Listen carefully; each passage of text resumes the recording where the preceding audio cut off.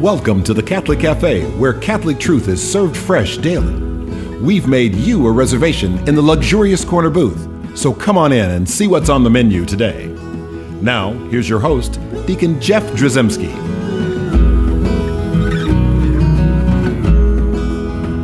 Greetings and welcome to the Catholic Cafe. I'm Deacon Jeff, sitting in the luxurious corner booth of Berth.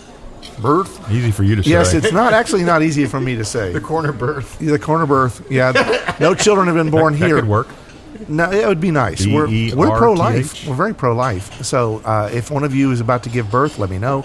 On air. We'll change the order. You know, our daughter-in-law is getting ready to have a kid. Oh, that is awesome. Congratulations. Yeah. Let her know. I will. Yes. No, we're not going to recommend. This is for emergencies only. All that aside, we're not doing that. Welcome. Hi. I'm Deacon Jeff, and you just heard Ziggy. That's me. And you heard Venerable Tom. Yes, sir. And so we have a really. Hopefully, this is going to be a good show. I've been looking forward to talking about this. It's a show about a show. It's a show about a show. Yeah. Exactly right. And because we don't have any kind of agreements with said show, we can't play the actual clip. But you've heard it. Everyone's heard this clip. Yeah. I was driving along one day, and I actually heard Ben Shapiro's show. I was listening to that, and he played a clip from Pints with Aquinas, Matt Fradd's show. That's actually on Daily Wire. So he can do that. Yeah. I guess they have the arrangement already, which is great. And Matt had Peter Kreeft on the show. One of our guests. And yes, we've had a Peter, although, man, that was back in the day. It was. And I think it was one of my worst shows, only because he's so awesome. Yeah. He is so incredible. And I was so intimidated. Yeah, I just felt like I was there sitting in the booth with greatness. Yeah. You know, and where I was kind of a fanboy. You know, and it was kind of an awkward. I think for me, I felt awkward. I'm sure it was fine, but you can actually still listen to it. It's just go to the website thecatholiccafe.com, and then when you go to the listen part, you can actually just put in the keyword Kreeft. That's Kreeft, and you put that in there, and it'll bring up that show. But you know, that he had come through Memphis, and so I got to be able to do a show. It was kind of a neat experience for us, wasn't it? Yeah. We were in the presence of greatness. Oh, it's intimidating. There's no doubt. He's that sharp. Yeah, you can't pull anything over on that guy. But he recently was. I mean, he recently lost his wife.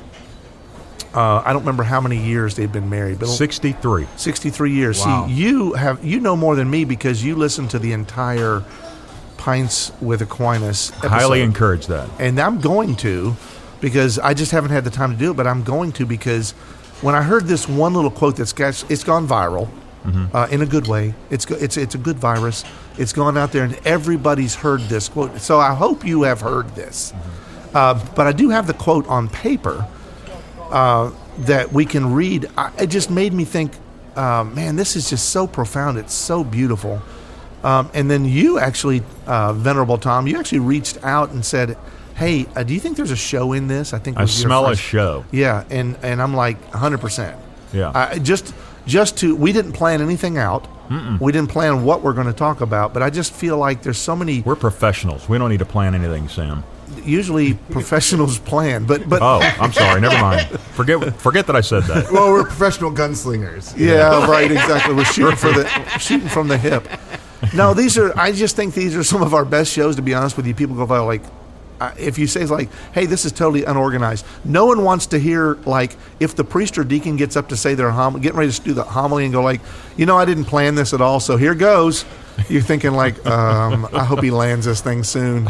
We got reservations at Perkins. We got things to do. We just reservations at Perkins. I just don't know if I can sit through a 26 minutes. You don't want to look. You don't want to see the look on the concierge's face at Perkins if you're, or maitre d's face at Perkins. If you're a little bit late. For your that could be bad. So, might have to pass him a Washington. He might break out of his. He'll break out of his fake French accent. Anyway. See, we get so distracted.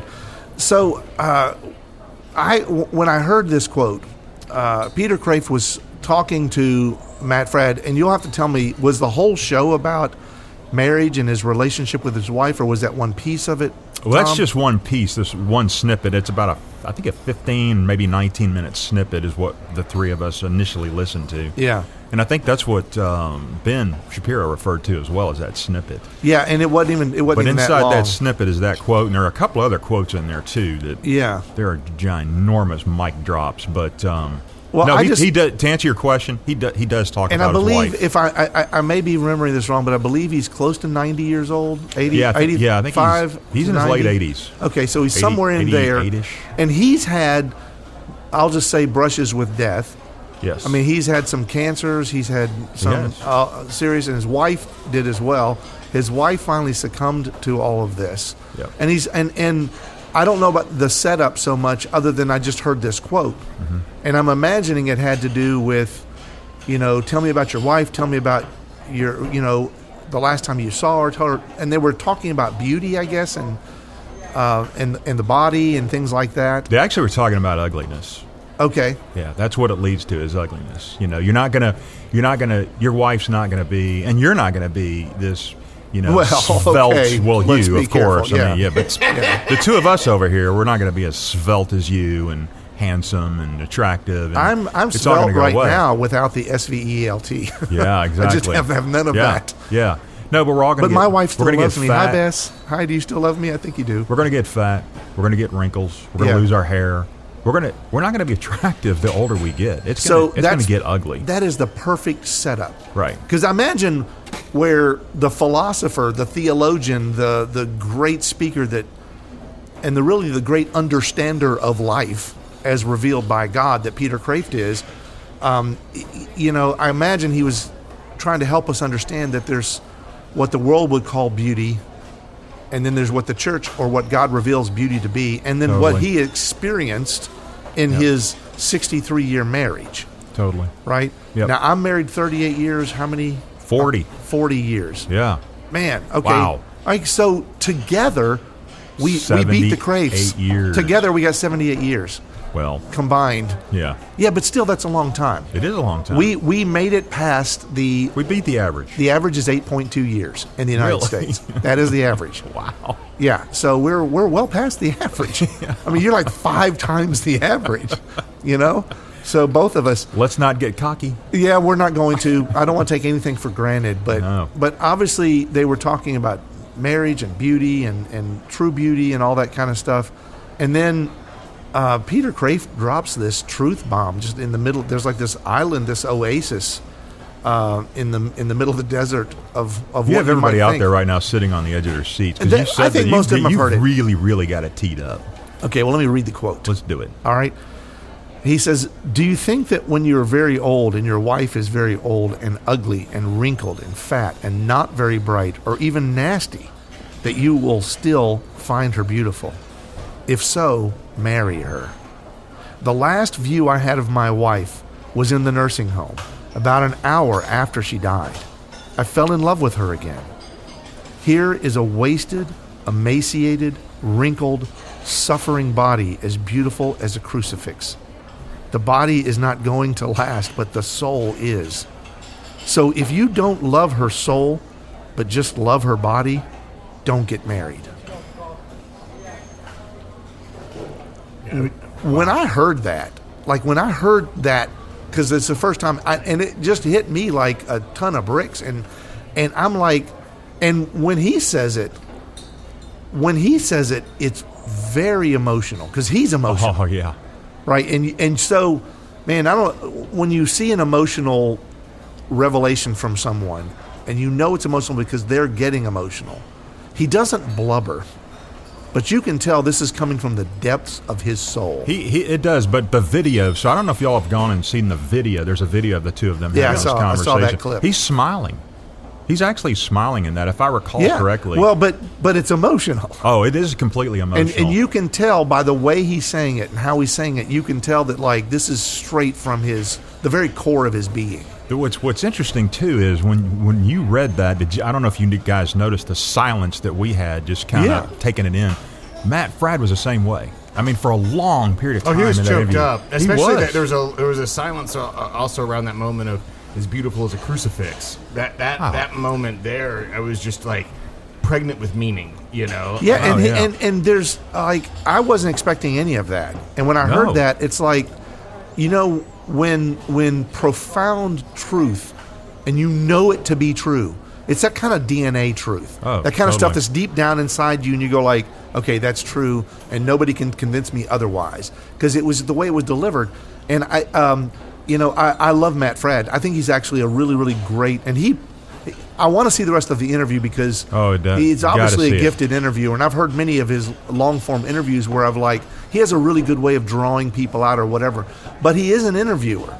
In the same way that I'm an interviewer, or we're interviewers, or we do this, and we know that like we don't want to have dead space in our interviews, and we want to fill the time, and we don't want the technicians, the guys at EWTN to go like, what's wrong? They're off the air. You know, we want to fill it with stuff, right? Right. Which is the same thing when you look at sometimes the Novus Ordo Mass, where people are filling it with stuff, right? Where it's like there's no sacred silence sometimes. Which he actually gets into that. So there's some beauty to all of that stuff, and so when he speaks these words, Matt Fradd, I think I'd let him speak for himself, but I think that he's taken aback, like, I don't know what to say because I'm supposed to know what to say because this is my job. This is what I do for a living, you know. And I've had a few moments like that in my own life where I'm like going, I don't know what to do with this because this is so profound. This is such a beautiful truth. And it's like, to me, that's it didn't pick, all that stuff happened all at the same time. Right. The words that he said, the truth that he said, Sam, like you, when he said the word crucifix, that came out of left field for me. But what was so beautiful about it is instantly, because, you know, we did, last year we did our Summer of Holy Matrimony, and that's part of this marriage prep program that's been promulgated in the Diocese of Memphis. And I've actually had people who have reached out to me and said, hey, I'm taking I think it was 14 shows on marriage that you did last summer, and we're actually playing those for couples in our parish. And so now you have people who are going through that material. So marriage prep and stuff has been really on my heart. It's just something that's really close to me, and I really feel like it's my calling. And I didn't say this that Dr. Peter Kreeft says, but it's like I've made these kind of comparisons where I'm like, man, and that's what hit me. It's like, do you have some there? Somewhat. Some of the comparisons you're referring to? Well, I mean, I had them in my head. Oh, okay. Right. In the marriage prep, it's about you have to convince. You have to help the couple understand that marriage is love, is total self-gift, for the giving love freely one to the other for the sake of the other, to get nothing in return. It's just total self-gift. And then like there's a whole section on consummatum est, which is the last words of Jesus in Latin. It is finished in English. And so you see this connection between the crucifix and marriage. And then that's what consummatum est is, consummation. Right. Consummating the marriage. Jesus consummated the marriage. But with a crucifix, right, is how he married. And I saw that all came crashing together. And then Ephesians 5, where you submit or subordinate one to the other, right? Total self-gift, and it talks about the wives being subordinate to their husbands in everything. You know, as Christ is head of the body, the husband is head of the marriage, the family. But then the husbands essentially, you know, love your wife as Christ loved the church, handing himself over, right, to sanctify her, you know. And it's this beautiful thing that St. Paul says in Ephesians chapter 5. And again, at the end, Paul says, I speak in reference to Christ and his church and marriage. So husbands and wives, you are like Christ and his church, right? in this dying for them, and so we talk about those things in marriage prep, and all that stuff came crashing down on me or back to me or all at once in this emotional way, where I'm hearing these words and it wasn't me saying it, because it's so good sometimes to hear from another source and a respected source like Dr. Peter Kreeft. So tell me, like, when you heard it, I mean, you heard the whole interview. Yeah, what it was like? Yeah, I mean, help me understand your experience. For me, it's still happening. And to me, it's like he's dropped several lines. That's a huge one, but it's almost like a nuclear bomb going off. You see that image of the the initial explosion of a nuclear bomb, and then you see the plumes. It just keeps pluming and evolving. That mushroom cloud. Yeah, it's grows. like layer upon layer. But it's upon almost layer. like slow motion. It is in slow motion, and that's like a life. It's like a married couple. Yeah, and what you're doing is you're slowly peeling back what he's trying to communicate. And where my mind went with all this, I know this sounds weird. Y'all are going to think I'm weird, but I don't care. Is my mind went to the Mass. It's like the Mass. When you pray the Mass, you're not weird. Yeah, well, so you got your toes in the philosopher's pond. You start peeling it back. You go and you first see. You kind of go with these blinders, but once you go and really pray it, then the layers begin to slowly peel back more and more and more, and there's more that you get out of it. So that's what I got out when I'm still getting stuff out of it. No, see, that's an amazing that's an amazing comparison, because I just had another one of those Peter Kreeft moments when you just said that in terms of like how you view and understand the Mass. And we've talked several times on this show, and there's a conversation in the church about like the traditional Latin Mass versus the Novus Ordo, and I am not going to go into any kind of camps here and say he goes into that. This is all good and this is all bad and anything like that. So he talks about that specifically in the show. That's another area that he goes to. So that helped too. And what's funny is I listened to what we listened to first, which is an excerpt. Then I went back a couple days later and listened to the entire version.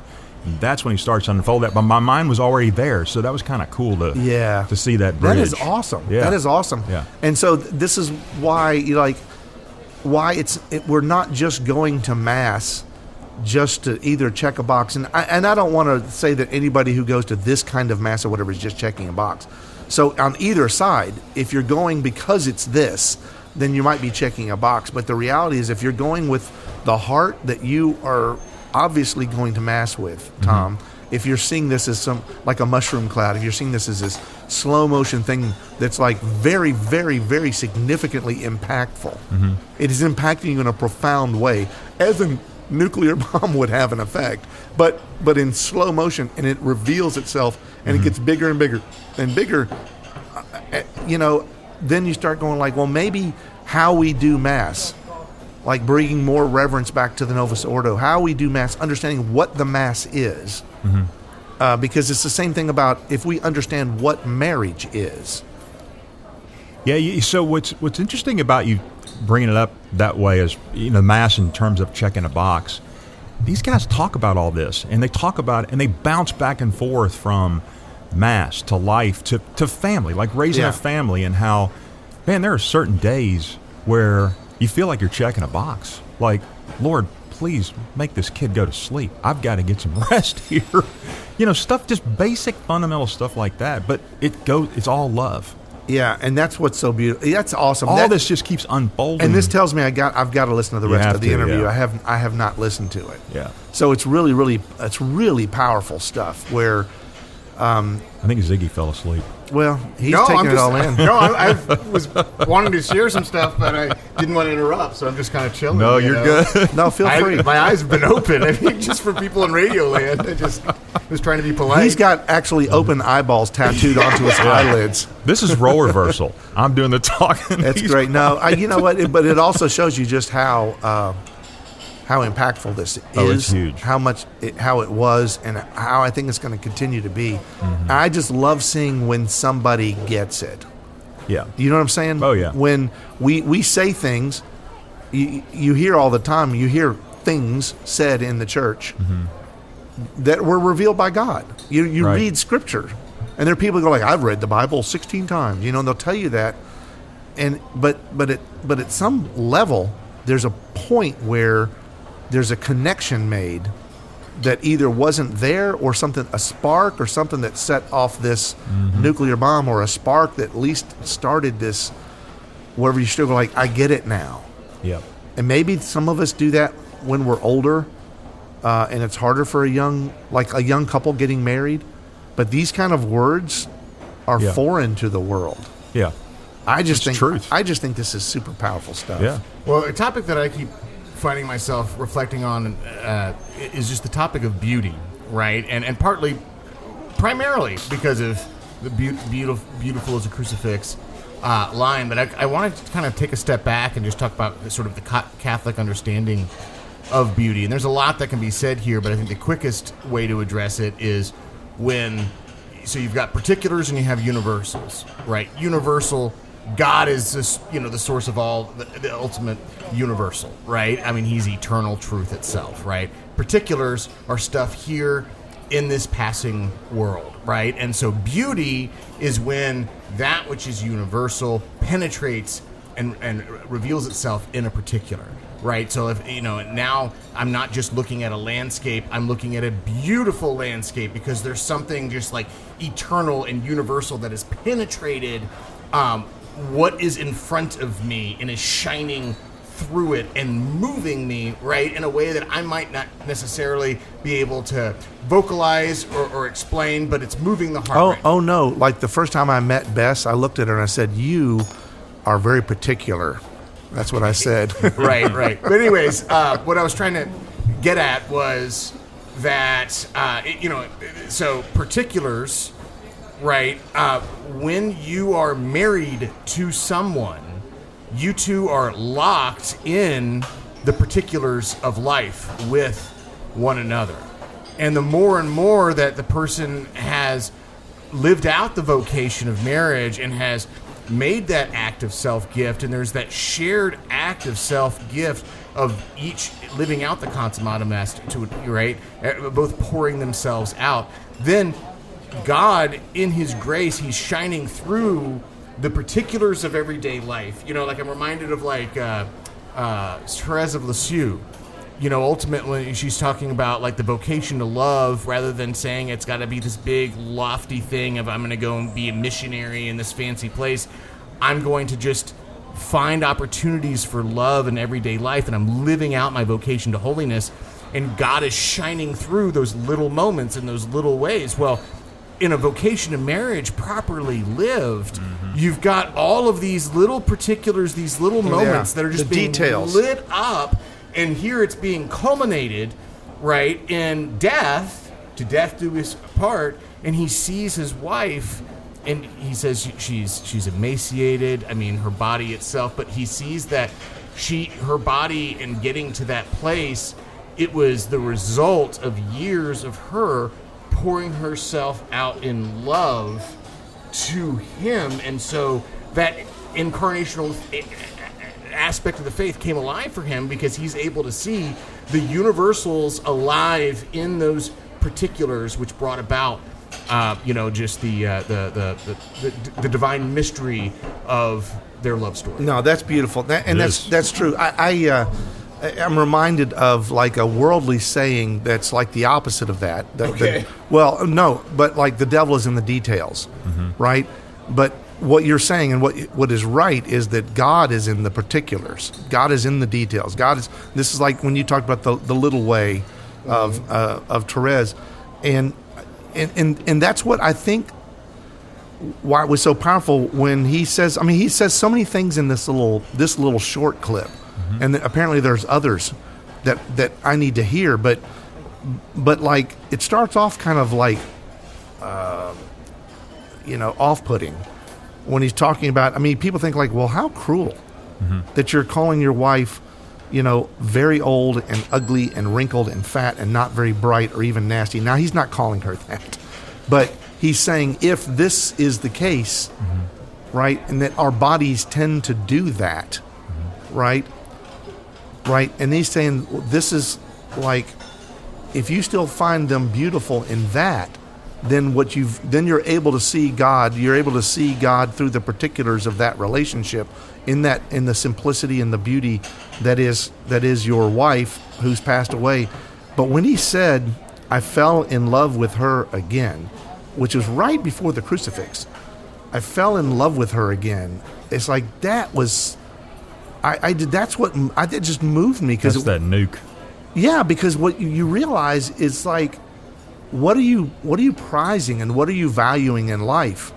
And then when he made the remark about the crucifix, as beautiful as a crucifix, all that stuff that makes me realize why I need not only to be Catholic but to stay Catholic. The fact that we have a crucifix, right, which is way better than a Hallmark card. But it's also ugly.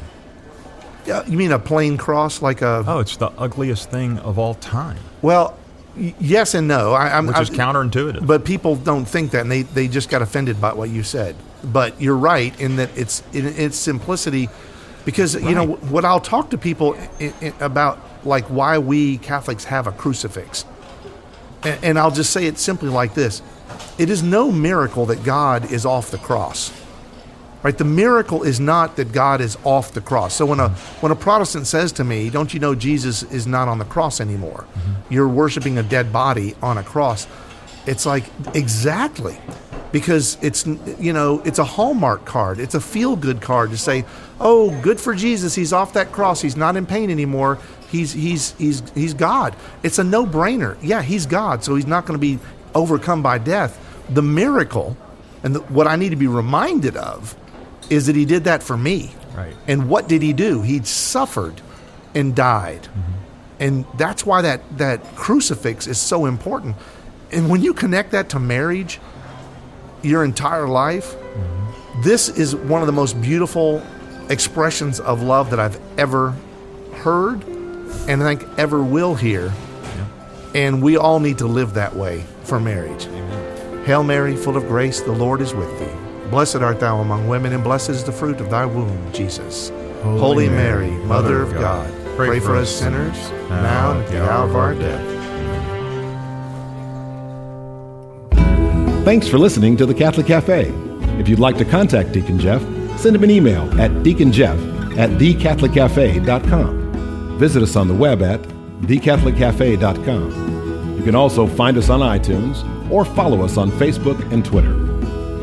The Catholic Cafe is brought to you by the Order of Malta Federal Association.